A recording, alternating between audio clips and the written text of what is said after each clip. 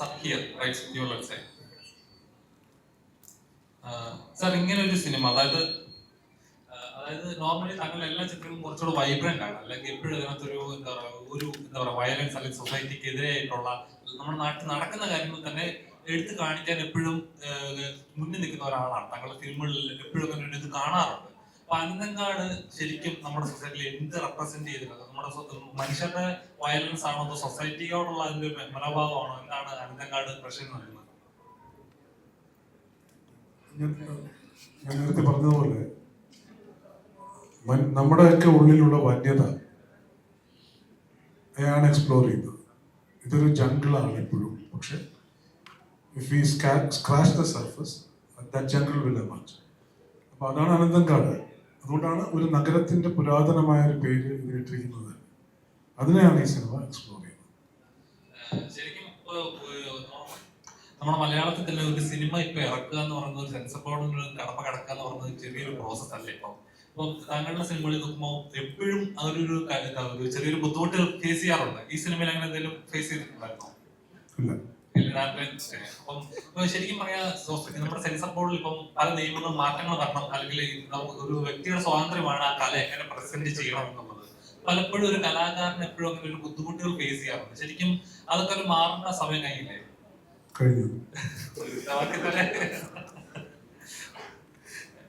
Okay. അപ്പൊ ഒരു cinema ഇപ്പൊ മലയാള സിനിമ പല ജോണേഴ്സിൽ എക്സ്പ്ലോർ ചെയ്തോണ്ട് കുറച്ചുകൂടെ റിയാലിറ്റിയിൽ ആളുകൾക്ക് ലോജിക്കലി ചിന്തിച്ചോക്കെ, അല്ലെങ്കിൽ ഇന്ന സിനിമ അല്ലെങ്കിൽ ഇന്ന പോലെയാണ്, അല്ലെങ്കിൽ ഒരു സീൻ കട്ടായാലും എവിടെയെങ്കിലും അതിന് കണക്ഷൻ മിസ്സാവുന്നുണ്ടെങ്കിൽ ഇന്നതുകൊണ്ടല്ല ലാഗായി, ഒരു എന്റർടൈൻമെന്റ് ആസ്വാദനം എന്നുള്ള എലമെന്റ് മിസ്സായി, കൂടുതൽ ടെക്നിക്കലി അല്ലെങ്കിൽ എന്താ പറയാ ആ സിനിമയിലേക്ക് ഇൻവോൾവ് ആവാതെ കൂടുതൽ ആക്ടേഴ്സിലേക്ക് പ്രേക്ഷകൻ ഇൻവോൾവ് ആവുന്നപ്പോഴേക്ക് തോന്നിയിട്ടുണ്ടെങ്കിൽ, അല്ലെങ്കിൽ ഒരു സ്റ്റാർഡം ഉള്ളത് കൊണ്ടോ, അല്ലെങ്കിൽ ഒരു വ്യക്തികളെ കഥാപാത്രങ്ങളല്ല വ്യക്തികളെ കൂടുതൽ കോൺസെൻട്രേറ്റ് ചെയ്യുന്നതായിട്ട്?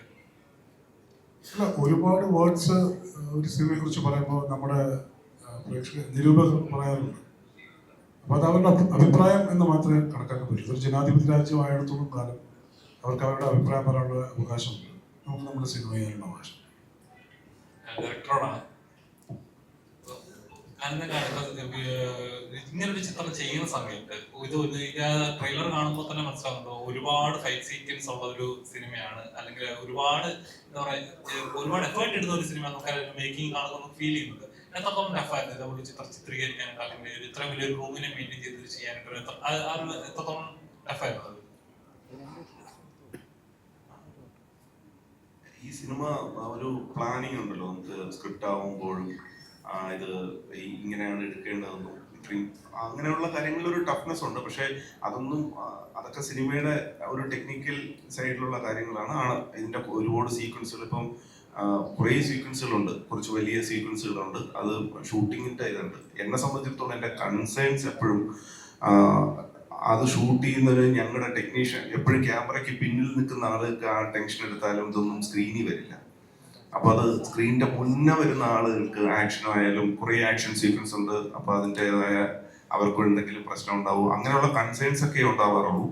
പക്ഷെ എപ്പോഴും ഒരു വലിയ സീക്വൻസ് ഷൂട്ട് ചെയ്യുമ്പോൾ ഡെഫിനറ്റ് ആയിട്ട് അതിന്റെ സ്ട്രെയിനും ഇഷ്യൂസും ഉണ്ടാവാറുണ്ട്.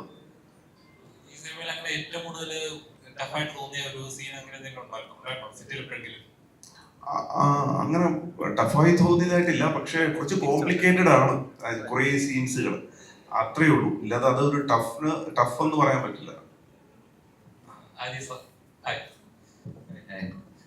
സാർ, ഇപ്പം മലയാളത്തിൽ ആദ്യമായിട്ട് hero full through out hero ആയിട്ട് ചെയ്യുന്ന ചിത്രം എന്ന് പറഞ്ഞു. അപ്പം ഇതിനു മുമ്പ് കഥകൾ വന്നിട്ടുണ്ടാവും മലയാളത്തിൽ, സ്ക്രിപ്റ്റുകൾ കേട്ടിട്ടുണ്ടായിരുന്നോ? കേട്ടിട്ടുണ്ടെന്ന് വെച്ചാൽ ഒരു നല്ലൊരു പടം ചെയ്യണം, നല്ലൊരു ബാനറിൽ നല്ലൊരു ബഡ്ജറ്റിൽ ചെയ്യണം എന്നുള്ളൊരു ക്രൈറ്റീരിയ ഉണ്ടായിരുന്നു. പക്ഷെ അതിന് കറക്റ്റായ സ്ക്രിപ്റ്റും കറക്റ്റായ പ്രൊഡ്യൂസർ ഒന്നും വന്നിട്ടുണ്ടായിരുന്നു. അത് തമിഴിൽ കുറേ പടങ്ങൾ ചെയ്യുന്ന ആ ബിസിയിൽ അങ്ങനെ പോയി. പക്ഷെ ഈ സ്ക്രിപ്റ്റ് വന്നപ്പോൾ എനിക്ക് ഭയങ്കര ഇൻട്രസ്റ്റ് ആയി. ഞാൻ ഒരു മലയാളി ആയെങ്കിലും എൻ്റെ ലേബിൾ എന്ന് വെച്ചാൽ ഒരു തമിഴ് ആക്ടറാണ്. സോ ഞാൻ മലയാളത്തിലേക്ക് വരുമ്പോഴും എന്നെ ഒരു തമിഴ് ആക്ടറായിട്ടാണ് കാണുന്നത്. സോ എല്ലാവർക്കും ഒരു കൺഫ്യൂഷൻ ഉണ്ട്. പോസ്റ്റർ കാണുമ്പോൾ വെച്ചാൽ എല്ലാവരും മലയാളം ആക്ടേഴ്സാണ്, ഞാൻ മാത്രമാണ് തമിഴ് ആക്ടർ. അപ്പോൾ പോസ്റ്റർ കണ്ടിട്ട് അവരുടെ ചോദിക്കുന്ന ചോദ്യം അതായത് തമിഴ് പടം ഡബിങ് ആണോ? സോ അങ്ങനെയുള്ള ഒരു സിറ്റുവേഷനിൽ ഞാൻ ഒരു മലയാള പടം ചെയ്യുമ്പോൾ വാട്ട് ഐ തോട്ട് ഈ ക്യാരക്ടറിനെ തമിഴായിട്ടാണ് ഈ പടത്തിൽ വരുന്നത്. വെട്രി എന്ന് പറയുന്ന character Tamil guy coming to Trivandrum. അത് so I thought maybe ഞാൻ ഒരു ഫസ്റ്റ് മലയാള പടം ചെയ്യുമ്പോൾ അതിൽ തമിഴ് നാച്ചുറലായിട്ട് സംസാരിക്കുമ്പോൾ more acceptance will be there.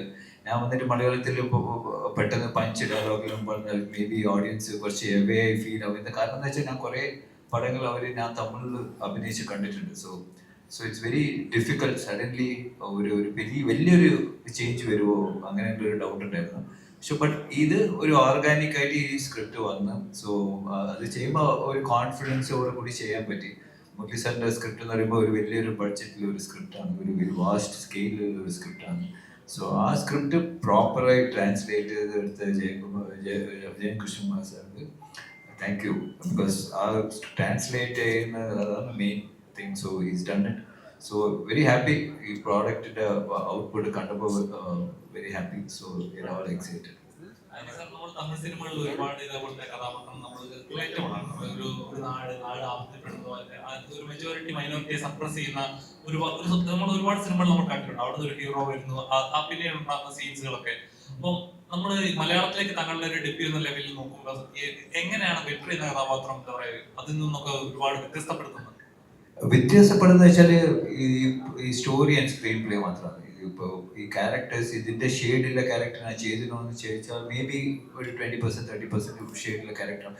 But ഈ ക്യാരക്ടറിലുള്ള ഒരു ഇന്റൻസിറ്റി, ഈ ക്യാരക്ടറിലുള്ള ഒരു അത് അവൻ്റെ ഒരു ബാക്ക് സ്റ്റോറി, അവൻ്റെ ഒരു കമ്മിറ്റ്മെന്റ്, അവൻ്റെ ഒരു പെയിൻ, ആ പെയിൻ ഐ ഡോണ്ട് തിങ്ക് ഞാൻ ചെയ്ത തമിഴ് പടങ്ങളിൽ ഇതില്ല.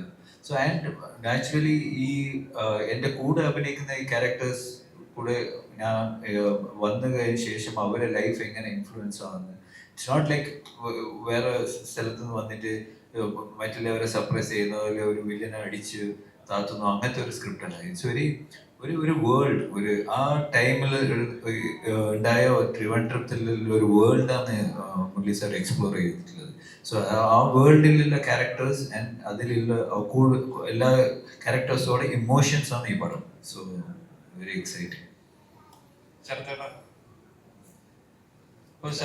മനുഷ്യരത്ത് എന്ന് പറയുമ്പോൾ മലയാളികൾക്ക് ഇപ്പോഴും റഫ് ആൻഡ് ടഫ് ആയിട്ടുള്ള കഥാപാത്രങ്ങളായിരിക്കും മനസ്സിൽ വരുന്നത്. അപ്പം ഇതിലെ സീൻസ് കാണുമ്പോഴും അതേപോലെ അതിൽ നിന്ന് ഒരുപാട് വ്യത്യസ്തമാണോ അതേ പാറ്റേൺ കീപ്പ് ചെയ്യുന്ന ഒരു കഥാപാത്രമാണോ? ഒരിക്കലല്ല.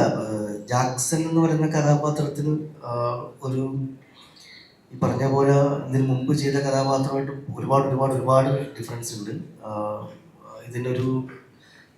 ഇതിലുള്ള ഓരോ കഥാപാത്രങ്ങൾക്കും അതിൻ്റെതായ ഒരു ലൈഫ് സ്റ്റൈൽ, അല്ലെങ്കിൽ അതിൻ്റെ ഒരു പാറ്റേൺ ഉണ്ട്. അങ്ങനെ ഒരു ആവർത്തനം ഇതിൽ വരുന്നില്ല. ജാക്സൺ ഒരു പുതിയൊരു അനുഭവം തന്നെ ആയിരിക്കും. ജാക്സണിൽ കുറേ പ്രത്യേകതകളുണ്ട് ഈ ക്യാരക്ടറിന്. അപ്പോൾ അത് നന്നായിട്ട് തന്നെ വന്നിട്ടുണ്ട്. ഒരിക്കലും അങ്ങനെ അതിന് മുമ്പ് ചെയ്ത കഥാപാത്രങ്ങളുമായിട്ട് യാതൊരു തരത്തിലുള്ള സാമ്യതയും ഞാൻ നോക്കിക്കാണുന്നില്ല.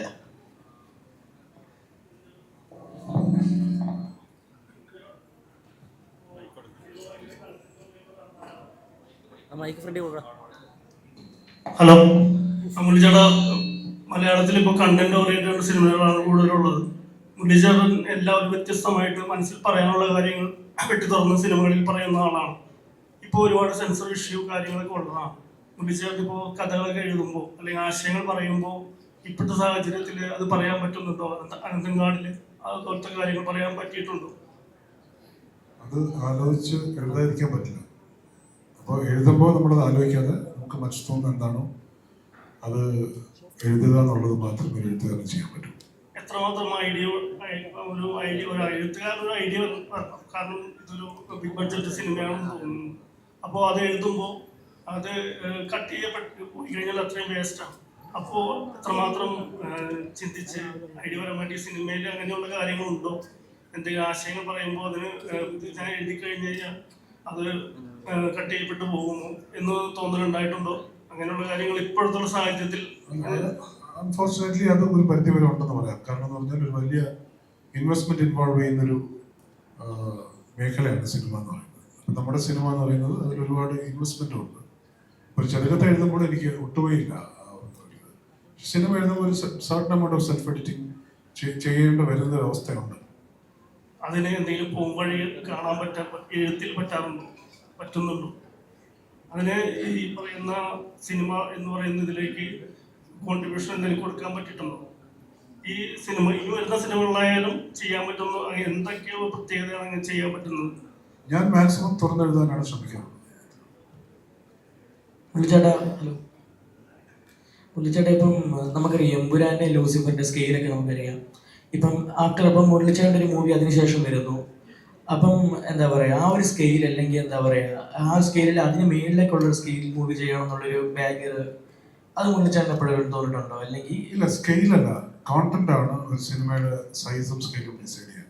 ഞാനൊരു സൈസിന്റെ ഫാനല്ല, സ്കെയിലിന്റെ ഫാനുമല്ല. ഒരു സബ്ജക്റ്റ്, ഒരു നെറേറ്റീവ് അത് ഡിമാൻഡ് ചെയ്യുന്ന സ്കെയിലിൽ അത് വരണം എന്നുള്ളതാണ്. ഓൾസോ ഇപ്പം ചെയ്യാൻ നോക്കുവാണെങ്കിൽ അതൊരു നല്ലൊരു പൊളിറ്റിക്സ് ഉണ്ടായിരുന്നു, അല്ല എന്താ പറയുക, ഒരു ലാൻഡ്സ്കേപ്പിൽ അവിടെ നടക്കുന്ന കുറേ കാര്യങ്ങൾ. അപ്പം ഇതിലേക്ക് വരുന്ന സമയത്ത് എന്തായിരിക്കും ഇതിൻ്റെ ഒരു ത്രെഡ് വരുന്നത്, അല്ലെങ്കിൽ എന്താ പറയുക, എന്തായിരിക്കും അവിടെ നടക്കാൻ പോകുന്നത്? ത്രെഡ് പറയണോ? ത്രെഡ് അല്ല, ഐ മീൻ എന്തായിരിക്കും ആ ഒരു നമ്മൾ എക്സ്പെക്ട് ചെയ്യേണ്ട കാര്യങ്ങൾ അതിനകത്ത് നിന്ന്? അല്ല, ഇതൊരു നല്ല സിനിമയായിരിക്കും എന്നാണ് ഞങ്ങൾ പ്രതീക്ഷിക്കുന്നത്. അങ്ങനെ അങ്ങനെ ആയിട്ട് നിങ്ങൾക്ക് തോന്നട്ടെ എന്ന് പ്രതീക്ഷിക്കുന്നത്. ആര് സാർ, ഇപ്പം ഈ സിനിമയെ പറ്റി നോക്കുവാണെങ്കിൽ എന്താ, ഇപ്പം മുരളിച്ചേട്ടനെ പോലെ നല്ലൊരു റൈറ്റർ, കൃഷ്ണ സാറിനെ പോലെ നല്ലൊരു സംവിധായകൻ, ഓൾസോ ഇന്ദ്രൻ സാറിനെ പോലുള്ള ആർട്ടിസ്റ്റുകൾ. സോ ആര്യ സാറിനെ ഇതിനകത്ത് ഏറ്റവും കൂടുതൽ എക്സൈറ്റ് ചെയ്തൊരു ഫാക്ടർ എന്തായിരിക്കും ഈ സിനിമയിലേക്ക് പോകുന്ന സമയത്ത്? ഏറ്റവും കൂടുതൽ എക്സൈറ്റ് ചെയ്തിട്ടൊരു ഫാക്ടർ? എക്സൈറ്റ് ചെയ്തത് ഓബ്വിയസ്ലി ഇത് സ്ക്രിപ്റ്റാണ് എക്സൈറ്റ് ചെയ്തത്. പ്ലസ് ഒരു ഞാൻ പറഞ്ഞ പോലെ ഒരു Tamil character. So I thought ഇതാണ് ഒരു കറക്റ്റായ ഒരു ലോഞ്ചിന് വേണ്ടിയിട്ടുള്ള ഒരു പടമായിരിക്കും എന്നൊരു വിശ്വാസം. സോ ആ എക്സൈറ്റ്മെന്റ് ഇപ്പോൾ പടം കണ്ടതിന് ശേഷമുണ്ട്. സോ നിങ്ങൾക്ക് എല്ലാവർക്കും അത് പടം ഇഷ്ടപ്പെടുമെന്ന് വിശ്വസിക്കുന്നു.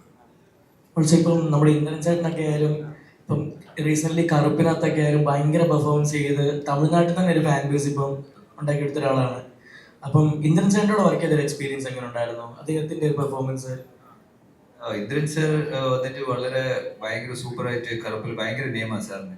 സോ ഇപ്പോൾ തമിഴ്നാട്ടിൽ ഇപ്പോൾ ഈ പടം ഡബ് ചെയ്തിട്ടാണ് റിലീസ് ചെയ്യുന്നത്. സോ അവരുടെ ഡിസ്ട്രിബ്യൂട്ടേഴ്സ് ഒക്കെ പറയുന്നത് തന്നെ ഇന്ദ്രൻ സാറിൻ്റെ നിറയെ പൊസിഷൻസ് ഈ ട്രെയിലറിൽ വെക്കണം എന്ന് വെച്ചാൽ അത്രയ്ക്കും ഫേമസ് ആയിരുന്നു. സോ ഇന്ദ്രൻ സാറിൻ്റെ പോസ്റ്റേഴ്സിനും അവർ വെക്കണം എന്നുള്ള ഒരു ഡിമാൻഡ് വന്നു.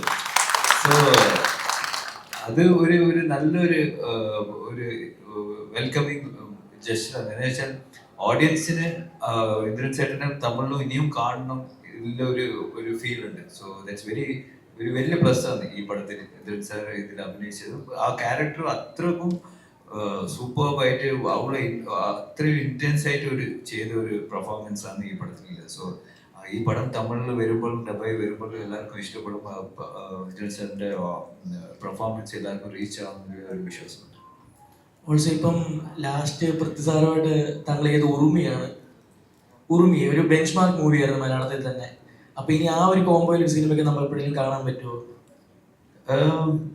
കാണാൻ പറ്റുന്ന വെച്ചാൽ ആരെങ്കിലും ഒരു നല്ല സ്ക്രിപ്റ്റ് ആ ക്യാരക്ടർ തന്നെങ്കിൽ എന്തായാലും ചെയ്യും. So waiting for it. Thank you. ഇപ്പം തമിഴിൽ ഇവിടെ തമിഴിൽ കറുപ്പെന്നൊരു സിനിമ ഇറങ്ങി വലിയൊരു ഹിറ്റായിട്ട് ഒരു ഇന്ദ്രൻസ് എന്നൊരു ബ്രാൻഡായി മാറിയിരിക്കുകയാണ്. ഇപ്പൊ 19-ാം തീയതി പുതിയ ചിന്ന ആസ വരുന്നു, 25-ാം തീയതി അനന്തൻകാട് വരുന്നു. അപ്പൊ ഓരോ ഡിഫറെന്റ് കഥാപാത്രങ്ങൾ ആളുകൾക്ക് കൂടുതൽ എക്സ്പ്ലോർ ചെയ്യാനായിട്ട് ഇന്ദ്രൻസിനെ പറ്റുന്ന ഒരു ടൈം കൂടിയാണിത്. അപ്പൊ അനന്തൻകാടിലെ കഥാപാത്രങ്ങൾ ഇവര് പറഞ്ഞ ചേട്ടന്റെ കഥാപാത്രം ഭയങ്കര ഇന്റൻസീവ് ആയിട്ടൊരു കഥാപാത്രമാണ്, ഇവര് കാണാത്തൊരു കഥാപാത്രമായിരിക്കും. എങ്ങനെ ഉണ്ടാകുന്ന അനന്തൻകാട് ശരിക്കും?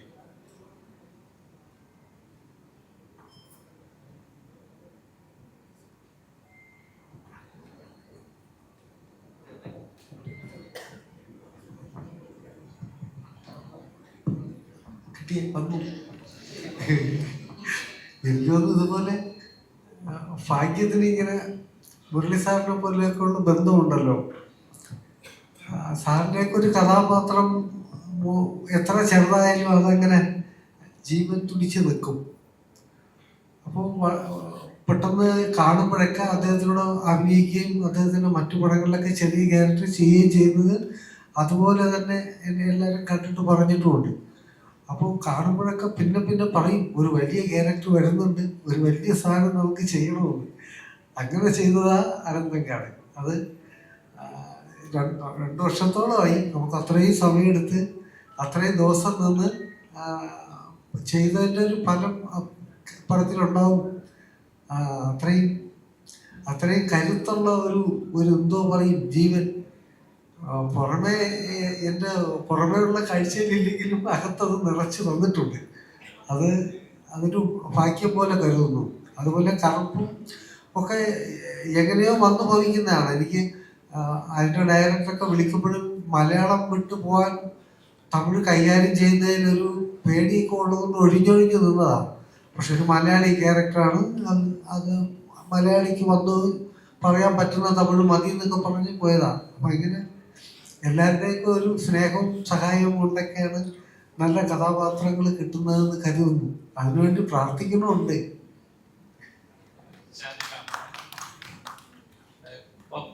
ഇതിലെ കഥാപാത്രം വളരെ ട്രെയിലർ കണ്ടപ്പോൾ ഇവിടെ ട്രെയിലർ കണ്ടപ്പോൾ തന്നെ പറയുന്നുണ്ട്. അതായത് ഇപ്പം ഭയങ്കര ഇന്റൻസീവ് ആയിട്ടൊരു കഥാപാത്രമാണ്. സിനിമ നോർമൽ കരയാനും അല്ലെങ്കിൽ ഈ പറഞ്ഞ പോലെ ചില പബ്ലിക് ഷോർട്സിലും മാത്രമല്ലാതെ സ്ട്രോങ് ആയിട്ടുള്ള കഥാപാത്രങ്ങൾ എക്സ്പ്ലോർ ചെയ്യുന്ന ടൈമാണ് മലയാളം സിനിമയിൽ ശരിക്കും. അപ്പം ഈ കഥാപാത്രം കണ്ട് കഴിയുമ്പോൾ ശരിക്കും അങ്ങനത്തെ ഒരു കഥാപാത്രം ഫീൽ ചെയ്യും. ശരിക്കും എത്രത്തോളം ഡെപ്ത് ഉണ്ട് ഈ കഥാപാത്രത്തിൽ?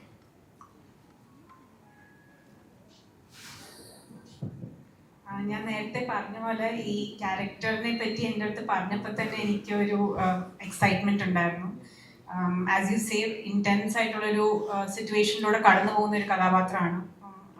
വലിയ എന്താണ് ഒരു late 80s 90s early 90s set ചെയ്തിട്ടിരുന്ന ഒരു സ്പേസ് ആയത് കാരണം അപ്പോഴത്തെ സോഷ്യൽ ആൻഡ് പൊളിറ്റിക്കൽ ഇവന്റ്സിലൂടെയാണ് കഥ പോകുന്നത്. പക്ഷെ സാധാരണക്കാരിലൂടെയാണ് കഥ മുന്നോട്ട് പോകുന്നത്. അപ്പം അങ്ങനെ ഒരു ഇമോഷണൽ ട്രാക്ക് തന്നെ ഉണ്ട് ഈ സിനിമയ്ക്ക്. അപ്പോൾ അതിൽ ഒരു ഇമ്പോർട്ടൻറ്റ് എലിമെന്റ് ആണ് കാർത്തിയുടെ കഥ. ഞാൻ നേരത്തെ പറഞ്ഞ പോലെ മുരളിച്ചേട്ടൻ എഴുതുന്ന കഥാപാത്രങ്ങളിൽ പ്ലേ ചെയ്യാൻ എല്ലാ ആക്ടേഴ്സിനും ആഗ്രഹം ഉണ്ടാവും. when the opportunity came to me, I jumped at it. പിന്നെ ഇന്ദ്രൻ ചേട്ടൻ പറഞ്ഞ പോലെ എല്ലാ ക്യാരക്ടറും സ്ക്രീൻ സ്പേസ് എത്രയാണെങ്കിലും എല്ലാ ക്യാരക്ടറിനും ഒരു ഫുൾ ലൈഫ് ഉണ്ടാവും മുരളിച്ചേട്ടൻ്റെ ക്യാരക്ടേഴ്സിന്.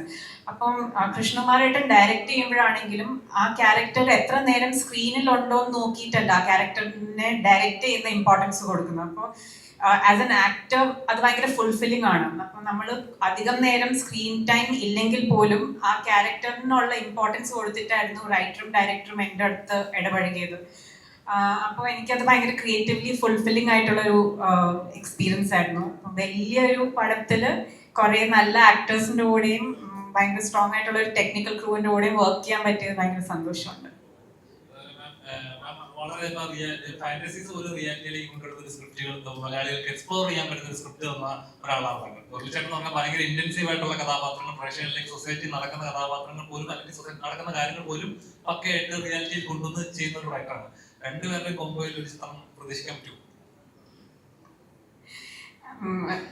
ആക്ച്വലി എനിക്ക് അനന്തങ്കാടിന്റെ excitement was as an actor. കാരണം I think acting is a space that is all my own. അപ്പോൾ റൈറ്റിംഗ് എന്ന് പറയുമ്പോൾ എപ്പോഴും ഞാൻ ഡൊമിനിക്കിന്റെ കൂടെ വർക്ക് ചെയ്തിട്ടുള്ളൂ.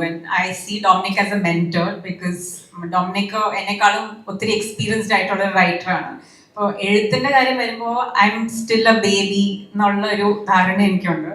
മുരളിച്ചേട്ടനാണെങ്കിൽ അതിലും സീനിയർ ആയിട്ട് ഉള്ള ഒരു റൈറ്ററാണ്. അങ്ങനെ ഒരു ഓപ്പർച്യൂണിറ്റി വന്നാൽ I would jump at it because it would be a huge learning experience for me. But I think he works solo.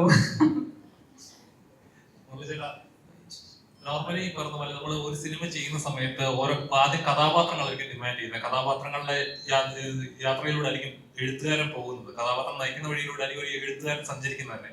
പക്ഷെ പലപ്പോഴും പല സാഹചര്യങ്ങളിൽ അത് കോംപ്രമൈസ് ചെയ്യപ്പെടുന്നു. നമ്മൾ എഴുതുന്ന കഥയായിരിക്കത്തില്ല ചിലപ്പോൾ ടെക്നിക്കലി ഡിഫിക്കൽറ്റി കൊണ്ടാവാം, അല്ലെങ്കിൽ ചുറ്റുപാടുകളുടെ സാഹചര്യങ്ങൾ കൊണ്ടാവാം. അപ്പം ഒരു എഴുത്തുകാരനെ സംബന്ധിച്ച് എത്രത്തോളം ടഫാണ് ഇന്നത്തെ ഒരു സാഹചര്യത്തിൽ ഒരു ക്രിയേറ്റീവ് വർക്ക് കൊണ്ടുവരിക എന്ന് പറയുന്നത്? സിനിമ ഒരുപാട് പേരുടെ ക്രിയേറ്റീവ് പ്രോസസ്സ് ഇൻവോൾവ് ചെയ്യുന്നൊരു ആർട്ട് ഫോമാണ്. അപ്പോൾ എഴുത്ത് അതിൻ്റെ ബേസ് ആണെന്നിരിക്കെ ഇത് ലോസ്റ്റ് ഇൻ ട്രാൻസ്ലേഷൻ ആവാനുള്ള ഒരുപാട് വഴികളുണ്ട്. ഒരുപാട് പേരുടെ ക്രിയേറ്റിവിറ്റി അതിൽ ഇൻവോൾവ് ഉണ്ട്. അപ്പോൾ ഒരു യൂണിയൻ ഓഫ് തോട്ട്സ് ഉണ്ടായാലേ അല്ലെങ്കിൽ ഒരു paradigm set correct creative paradigm കറക്റ്റായിട്ട് സെറ്റ് ചെയ്താൽ മാത്രമേ ഒരു സിനിമയുടെ സക്സസ് പറയാൻ പറ്റൂ. അപ്പോൾ അതിന് ശ്രമിക്കുക എന്നുള്ളതേ ഉള്ളൂ റൈറ്റർ എന്നുള്ള നിലയിൽ. അത് ഞാൻ എപ്പോഴും ശ്രമിക്കാറുണ്ട്. എൻ്റെ സ്ക്രിപ്റ്റ് ഞാൻ മാക്സിമം ഡീറ്റെയിൽ ആക്കാറുണ്ട്, ഡയറക്ടറായിട്ടും എൻ്റെ ഓരോ ആക്ടേഴ്സായിട്ടും. ഇവിടെ ഇരിക്കുന്ന എല്ലാവരും എനിക്ക് ഒരുപോലെ പ്രധാനപ്പെട്ടവരാണ്. ദേവായാലും അപ്പാനി ആയാലും ശാന്തി ആയാലും നമ്മുടെ സൂര്യനാരായണൻ ആയാലും മിഥുൻസേട്ടനായാലും എല്ലാവരും. കാരണം അവരോടൊപ്പം ചെലവഴിക്കുന്ന ഈ സ്ക്രിപ്റ്റിനെ ബേസ് ചെയ്തിട്ട് ഓരോ ബ്രീഫ് കൊടുക്കുന്നതും എടുക്കുന്ന എഫർട്ടിലാണ് ഈ സിനിമയുടെ വിജയം എന്ന് വിശ്വസിക്കുന്നതാണ് ഞാൻ. പിന്നെ ഓഫ്കോഴ്സ് ഡയറക്ടറായിട്ടുള്ള ഇത്. അപ്പോൾ ഇതിനെല്ലാം trying to make my actors understand their characters including myself. ആക്ടറായിട്ട് വരുമ്പോൾ ഞാൻ എൻ്റെ റൈറ്ററിനെ അവിടെ കൊണ്ടുവരാറില്ല. ആക്ടറായിട്ട് പ്രസന്റ് ചെയ്യുമ്പോൾ ഞാൻ ഭയങ്കര സ്ട്രിക്റ്റ് ആയിട്ടാണ് എൻ്റെയും പെർഫോമൻസിനെ കാണുന്നത്. ഒരുപാട് മാറാനും ചില സമയങ്ങളിൽ ഷോർട്സ് കൊടുക്കുമ്പോൾ എനിക്ക് തന്നെ തോന്നുന്നത് അങ്ങനെയല്ലല്ലോ ചെയ്യേണ്ടത്. അപ്പോൾ അതിനൊക്കെ തന്നെ ഞാൻ ഫുൾ ഗൈഡൻസ് എൻ്റെ ഡയറക്ടറിൻ്റെ കയ്യിലാണ് വാങ്ങാറുള്ളത്. അവിടെ ഞാനൊരു റൈറ്ററായിട്ട് എനിക്ക് തന്നെ ചെയ്യുന്നത്. അപ്പം അങ്ങനെ ഒരുപാട് എഫേർട്സ് ഉള്ളൊരു മേഖലയാണ്. ഈ സൂര്യ മൂവി കറുപ്പില് ആര്യ സാർ ഭാഗമായിരുന്നു പറഞ്ഞിട്ടുണ്ട്, വാർത്തകൾ വന്നിട്ടുണ്ടായിരുന്നു. പിന്നെ അതിന് ശേഷം തിയേറ്ററിൽ കാണാൻ പറ്റിയിട്ടുണ്ടായിരുന്നില്ല. ശരിക്കും എന്താണ് അതിന്റെ സത്യാവസ്ഥ? ഒരു ചെറിയ പോർഷൻ ഷൂട്ട് ചെയ്തിരുന്നു, ബട്ട് ഫൈനൽ എഡിറ്റ് വരുമ്പോൾ എനിക്കത് കറക്റ്റായിട്ട് സെറ്റ് ആയില്ല. സോ ബട്ട് അത് റിമൂവ് ചെയ്യുന്നതിന് മുമ്പേ എന്നോട് ഡയറക്ടർ ബാലാജി വിളിച്ച് പറഞ്ഞു, ഇങ്ങനെ അത് വേണ്ട, നമുക്ക് നെക്സ്റ്റ് എന്തെങ്കിലും ട്രൈ ചെയ്യാന്ന് പറഞ്ഞിട്ട് ഒരു ചെറിയൊരു എക്സ്പെരിമെന്റ് ചെയ്തിരുന്നു പടത്തിൽ. സോ ഈ സെറ്റ് ഒരു ഫിലിമായിട്ട് വരുമ്പോൾ അത് കുറച്ച് വർക്കാന്നില്ല എന്ന് പറഞ്ഞു. So I said okay, no problem, as long as you don't want it, no problem. ഞങ്ങൾക്ക് ഡിലീറ്റഡ് സീൻ ആയിട്ട് ഇനി കാണാൻ പറ്റും. I think Balaji has to do it.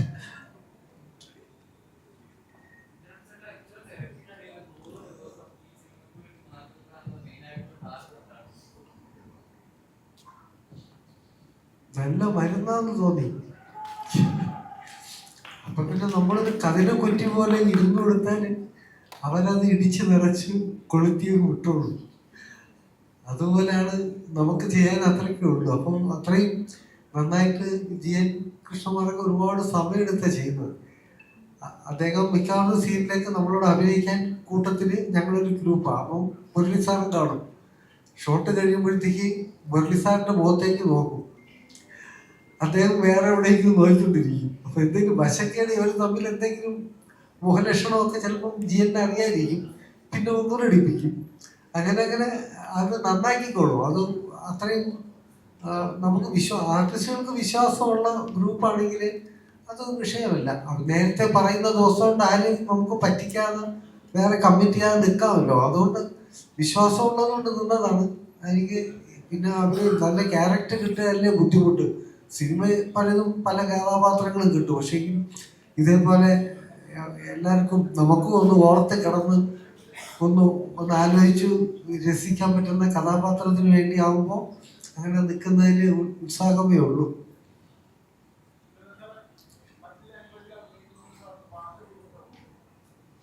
Okay, പിന്നെ അത് മലയാളം നമുക്ക് വഴങ്ങുന്ന പോലെ തമിഴ് വഴങ്ങിയില്ലെങ്കിൽ റിയാക്ഷനൊക്കെ തെറ്റിപ്പോവും. അത് പേടിയാണ്. അതുകൊണ്ടാണ്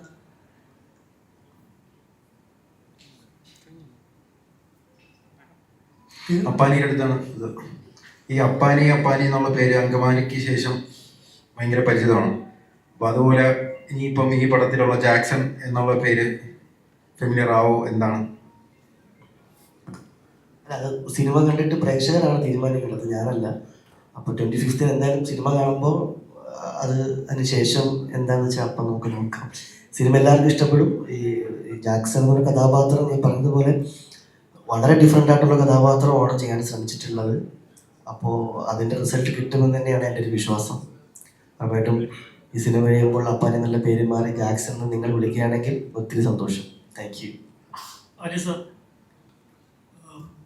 മലയാളത്തിൽ ഫുൾ ലെങ്തിൽ ഹീറോ ആയിട്ടാണ് ഈ സിനിമയിൽ അഭിനയിക്കുന്നത്. എങ്ങനെയുണ്ടായിരുന്നു മലയാളം ആക്ടേഴ്സ് ആയിട്ടുള്ള ഒരു ആക്ടിംഗ് വൈസ്? എങ്ങനെയുണ്ടായിരുന്നു കോമ്പിനേഷൻ സീൻസൊക്കെ ആയാലും ബുദ്ധിമുട്ടുണ്ടായിരുന്നു മലയാളത്തിൽ അഭിനയിക്കുമ്പോൾ? അത് മുമ്പ് പറഞ്ഞ പോലെ മലയാളത്തിൽ അഭിനയിച്ചാലും എൻ്റെ ഡയലോഗ്സ് ഒക്കെ തമിഴിലായിരുന്നു. പക്ഷെ മുരളി സാർ വന്നിട്ട് ഇപ്പൊ പടത്തിൽ മെയിൻ ആയിട്ട് ഡയലോഗ്സ് ആണ് മെയിൻ.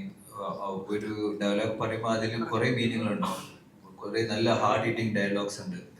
സോ ബട്ട് എൻ്റെ ക്യാരക്ടർ സംസാരിക്കുമ്പം ആ ഡയലോഗ്സ് ഒക്കെ തമിഴിലാണ് സംസാരിക്കുന്നത്. ബട്ട് മുരളി സാർ വന്നിട്ട് ആ ഡയലോഗ്സ് മലയാളത്തിൽ എഴുതിയിട്ട് അതേ ഇന്റൻസിറ്റിയും അതേ പവർഫുൾ മീനിങ്ങും അതേ മോഡുലേഷൻ അതേ ഇതിന് വേണം എനിക്ക് തമിഴിൽ വരുമ്പോൾ.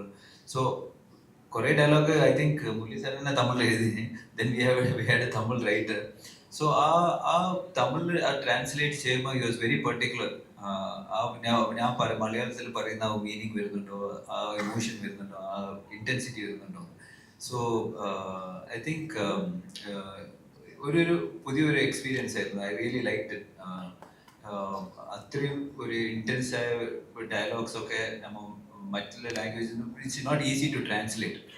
ചെറിയൊരു ട്രാൻസ്ലേഷനിൽ ആ തമിഴിൽ പറയുമ്പോൾ അതിൻ്റെ ഇന്റൻസിറ്റി മാറിപ്പോകും. സോ വെരി വെരി കെയർഫുൾ ആയിട്ട് ആ മൂഡും ആ ഇന്റൻസിറ്റി മെയിൻറ്റെയിൻ ചെയ്തിട്ടുള്ള തമിഴ് ഈ പടത്തിൽ പറഞ്ഞിട്ടുള്ളത്. അഞ്ജലി, എങ്ങനെ മുരളിച്ചേട്ടൻ ഒരു ഭയങ്കരമായ ഡയലോഗുകളൊക്കെ ആയിരിക്കും എഴുതിയിരിക്കുക, എങ്ങനെ ഉണ്ടായിരുന്നത് പറ്റൊന്നും പറഞ്ഞില്ല. തങ്കണ്ണൻ്റെ ചന്ദ്രികയെ വളരെ സ്വീറ്റ് ആയിട്ടാണ് ട്രീറ്റ് ചെയ്തത്. ഞാൻ ശരിക്കും ആസ്വദിച്ച് ചെയ്തിരുന്ന ഒരു കഥാപാത്രമാണ്. മോറോവർ ദാറ്റ് ഇപ്പം തമിഴിൽ ഏറ്റവും ഒടുവിൽ ചെയ്ത ചിത്രവും അല്ലെങ്കിൽ റിലീസായ ചിത്രം ചിത്തയാണ്. സോ ചിത്തയ്ക്ക് ശേഷം തമിഴിൽ ഇത്രയും നല്ലൊരു ക്യാൻവാസിലുള്ള അനന്തൻ കാട് ചെന്നെത്തുമ്പം അതിനൊരു ഭാഗത്താവുന്നത് തന്നെ ഏറ്റവും വലിയൊരു കാര്യമാണ്. So happy to be that team. മുരളിച്ചേട്ടാ, ശരിക്കും പറഞ്ഞു കഴിഞ്ഞാൽ വിടുതലൈ എന്നുള്ള തമിഴ് സിനിമയൊക്കെ ഇറങ്ങിയപ്പോൾ ശരിക്കും പറഞ്ഞു കഴിഞ്ഞാൽ ഈ സിനിമകൾ വരുമ്പോൾ ഒരു നാട്ടിൽ അല്ലെങ്കിൽ കാടുമായിട്ടുള്ള പ്രശ്നങ്ങളൊക്കെയാണ് ശരിക്കും ആ തീമ. അതുപോലത്തെ ഒരു ജോണറാണോ ശരിക്കും സിനിമ? അതായത് വിടുതലൈ മൂവി പോലെയൊക്കെ നാട്ടിലെയും അല്ലെങ്കിൽ ഒരു രാഷ്ട്രീയ പാർട്ടികൾ തമ്മിലുള്ള അല്ലെങ്കിൽ ആ കാടായിരുന്നു എന്ന് പറയുന്നു, അസ്ത്രം പിടിക്കുന്ന അതുപോലത്തെയുള്ള ഒരു ജോണർ തന്നെയാണോ ഈ സിനിമ? കണ്ടു. അല്ലല്ല, അങ്ങനെയല്ല. പൊളിറ്റിക്സ് ഒരു പാർട്ടാണെന്ന് മാത്രമേ ഉള്ളൂ. ഇന്ദ്രൻ സേട്ടനെ പറ്റി എല്ലാവരും പറയുകയുണ്ടായി. 100ഓളം സിനിമകളിൽ തുന്നിയെടുത്ത ജീവിതമാണ് ശരിക്കും പറഞ്ഞു കഴിഞ്ഞാൽ. എങ്ങനെയാണ് ഈ ഒരു ജേണിനെ നോക്കിക്കാണുന്നത് സാറിന്റെ പെർസ്പെക്റ്റീവിൽ നിന്ന്? ഞാൻ പറഞ്ഞല്ലോ നേരത്തെ, എനിക്ക് ഏറ്റവും ഇഷ്ടമുള്ള ആൾക്കാരുകളാണ് സംസാരിക്കുന്നത്. എനിക്ക് ഒരു ആത്മബന്ധമുള്ള ആളാണ്, എൻ്റെ ജ്യേഷ്ഠ സഹോദരനാണ്. ആ രീതിയിലാണ് കാണുന്നത്. പിന്നെ നമ്മളൊക്കെ സിനിമ കാണുന്നതിന് മുമ്പ് സിനിമയിൽ പ്രവർത്തിച്ചു തുടങ്ങിയിട്ടുള്ള ഒരാളാണ്. അപ്പം അദ്ദേഹം സിനിമയുടെ ചരിത്രത്തോടൊപ്പം സഞ്ചരിക്കുന്ന ഒരാളാണ്. ഗ്രേറ്റ് ആയിട്ടുള്ള ഒരു മനുഷ്യനാണ്. അപ്പം അദ്ദേഹം എൻ്റെ കൂടെ വർക്ക് ചെയ്യുന്നുള്ളത് എനിക്ക് വളരെ അഭിമാനമുള്ള കാര്യമാണ്.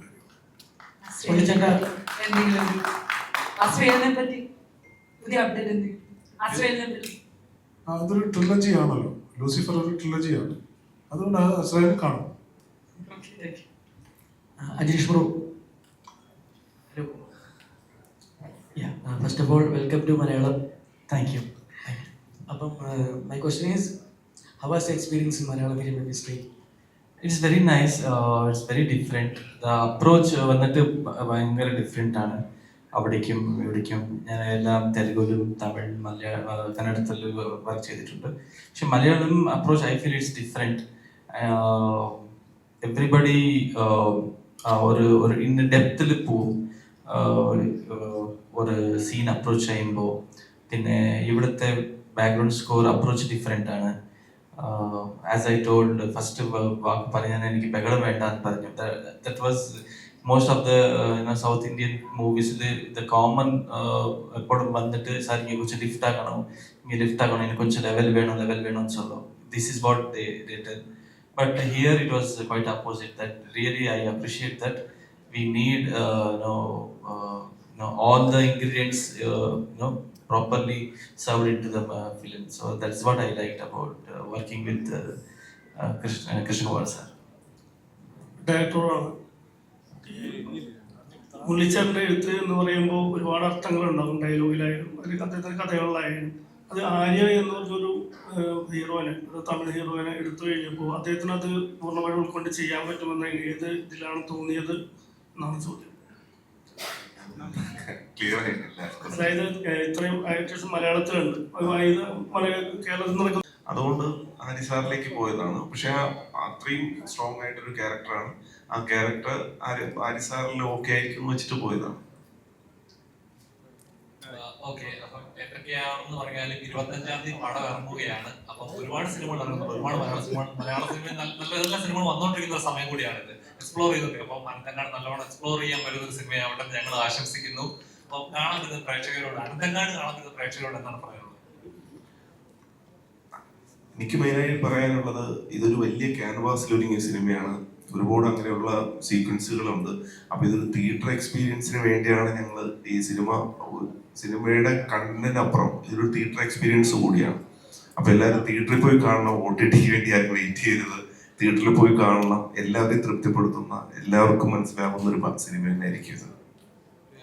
വിജയാവട്ടെ ഞങ്ങൾ ആശംസിക്കുന്നു. സക്സസ് ഞങ്ങൾ പാർട്ടാവട്ടെ ഞങ്ങൾ ആഗ്രഹിക്കുന്നു. Thank you.